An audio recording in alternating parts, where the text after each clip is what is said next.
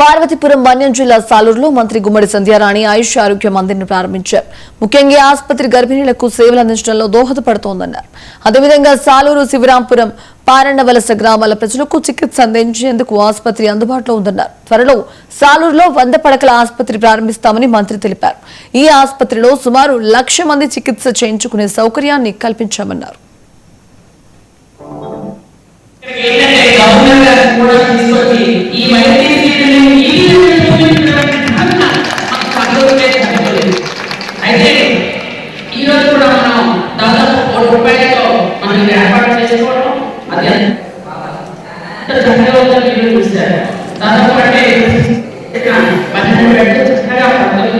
ఇక్కడ చుట్టుపక్కల ఉన్నటువంటి ఆదాయం అంటే దాదాపు 18,300 మందిని రాశారు. కానీ 20,000 దాటి మొత్తం అందరూ వస్తారు. ఎందుకంటే 1వ వార్డు, 2వ వార్డు, 3వ వార్డు, 4, 5, 6, 8 వీళ్ళందరూ 7, 8 అలాగే శివరాపురం, గుమ్మడం, అలాగే మనకి పార్వతీపురం ఈ ఏరియాలో ఉన్న వాళ్ళందరికీ లేదు.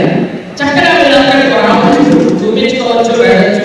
అందరికంటే ముఖ్యంగా గర్భిణీల కోసం గర్భిణీ ఏంటంటే అంత దూరం వెళ్ళలేక, ఎందుకంటే ఇప్పుడు ఆటోలో మళ్ళీ ప్రయాణం చేయడం అదే కాకుండా దగ్గరలో ఇక్కడ హాస్పిటల్లో చూసుకొని వెళ్తే ప్రియమైన చాలా బాగా చూసుకోవాలి. హాస్పిటల్ ఓపీని పెంచాలి. అవసరమైన 1-2 రోజులు చక్కనే మనం వెళ్ళాలి. ఆ స్థాయికి హాస్పిటల్ తీసుకోవాలి.